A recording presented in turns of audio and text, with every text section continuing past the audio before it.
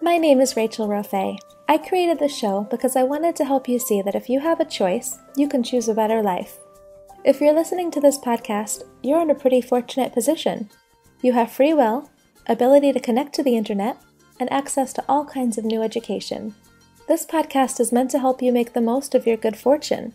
We talk with all kinds of people here from all walks of life because I want you to see that no matter what your situation, there's always a way to create a life that you're proud of.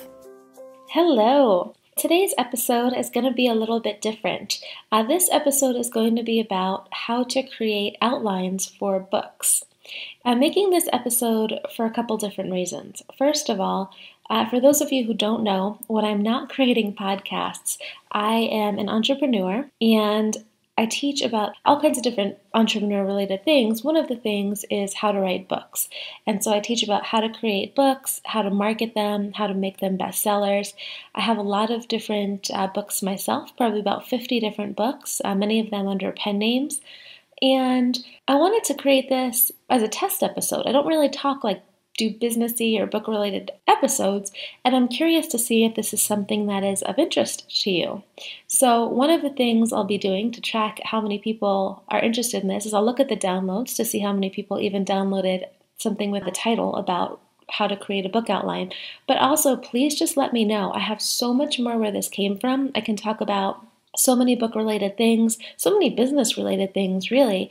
I'm just curious to see if this is something that you're interested in. So please leave a comment in the show notes page for this, rachelrofe.com, or shout out to me on Twitter. Please let me know because I would love to, like I keep saying in every podcast, I just want to make sure that I'm creating episodes that benefit you as much as possible. So just please take the time, just give me a quick little shout out so I know how to benefit you. The reason I wanted to create an episode on how to create outlines for books is because, a lot of people, as I said, feel like they have a book in them, but it can be really overwhelming to get started because it's hard to kind of wrangle everything in. And so I have an outline process that I feel like is really simple. It's like my 15-minute outline process, and it gets so much clarity, and it really just wrangles in all the overwhelm. So how I create outlines for books, and I'll go over first how to create them for nonfiction and then for fiction. Now, admittedly, I do a lot more nonfiction than fiction, so probably a little bit stronger in that, but I've done a little bit of fiction, so I can help with that too. For nonfiction books, how to create an outline. The first thing is, obviously, you want to figure out the topic that you want to write about. So once you have that set, first, do a brain dump of everything yourself that you've thought that you wanted to include in your book. So it could be that you put each new idea on an index card, if that's how you work best, or just write a list of everything you want to include in the book, everything you think would be really helpful around whatever you want to write about. This could be like if you work with clients, things that come up with clients a lot, or some of your secret sauce in however you do what you do. If this is something where you're teaching people, just write all those down. Then just go on to Amazon.com and just type in whatever your niche is on Amazon. So, for example, let's say you're writing a book about, sewing. You would just go in and type sewing and then check out the Amazon contents, and there's going to be a ton of different books, I'm sure, about how to sew. And so then just open each of the books, and if you scroll down on Amazon, there's something called the Amazon bestseller rank. And so it'll tell you how well books are actually selling. And so a book that is number one bestseller ranking means it's the number one best-selling book. And I like to look at things usually in the top 50,000 because those are selling pretty well. Go through that, find the best-selling books, and then on Amazon there's a button that says click to look inside at the top of the books. You've probably seen them if you wanted to check out different books before you buy them. Click on that look inside button, and you're going to be able to see the table of contents for each book. There, you can go through and just go through the table of contents for all the different books that are selling well, and just write down any of the things that keep coming up or things that you think would be helpful in your book too. So this way you can have something that's really thorough, and you can just see what's already doing well. Not that you're going to copy them, but this way you can just make sure that you're really inclusive. Then, after you do that, go through the reviews on Amazon for each of those books and look at the things that the reader said that they really liked about the books, things that they didn't like about the books, and then go through and include those things in your outline. So, for example, if people are saying, this was really good, but I wish they would talk a little bit more about how to get cheaper fabric or whatever, then you can make sure to include that in your outline. If they say they did a really awesome job talking about how to create your own patterns, awesome. Then you make sure that you include that. So once you go through that, then you have a whole bunch of different ideas to add to your outline. So from there, you just go through and condense everything into chapters. Usually, you might get anywhere from like 8 to 20 different chapters. Or you could do something where you have just like 4 sections or 3 sections, and then you have your subpoints in each section.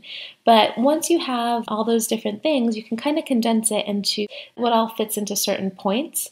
So for example, you might have a chapter if you're doing sewing just on patterns, and then in that patterns section, you talk about patterns for dresses and patterns for scarves, whatever. So that's how you create that. Again, this isn't to copy other books, but it's just to help you get some fresh perspective and make sure that you include things that people want. Because when you look at other books that are already selling well, it just helps make sure that you're not wasting your time and you're doing things that people are already responding to, and you're really looking at the market when you're checking out what people are interested in with the reviews.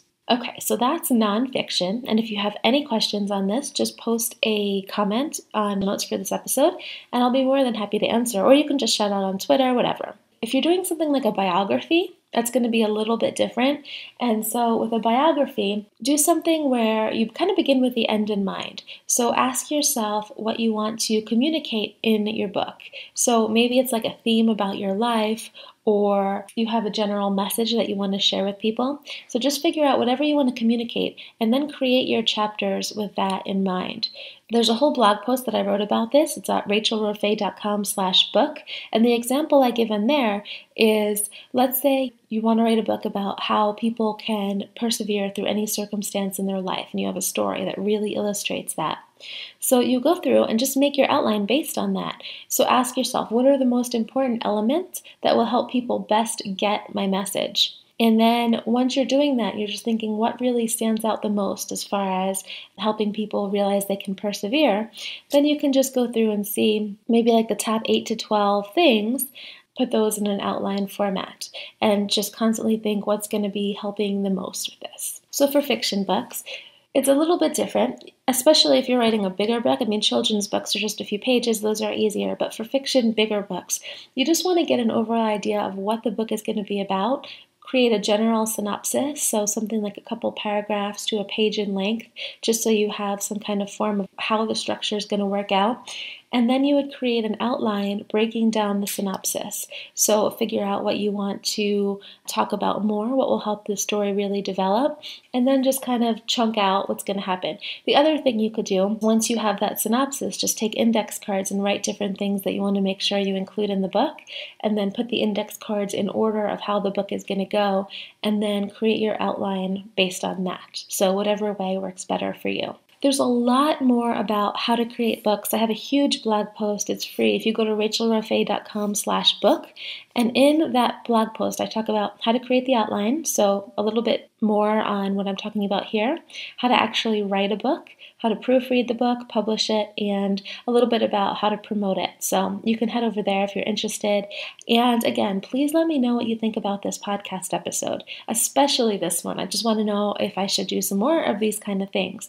So just leave a comment on rachelrofay.com, shout out on Twitter, any of that stuff.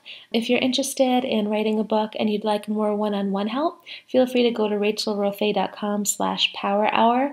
I do coaching calls where we can go through and talk about anything that you want around your book, or I do all kinds of business stuff, really. I've done a lot of outsourcing and copywriting and tons of different things. So if you head over to my blog, you'll see all of that stuff. And I hope this helps. I can't wait to hear what you think. All right, have an awesome day. Thank you so much for listening to A Better Life. You can find all show notes for this episode at rachelrofay.com. If you enjoyed this episode, subscribe so you can automatically get access to all new shows. Let's also connect. Just go onto Twitter, Facebook, or Instagram /RachelRofay, and we can talk there. The opinions of all guests here are their own, and I'm not necessarily endorsing any of them. I do want to give you perspective though. And always remember, if you have a choice, choose a better life.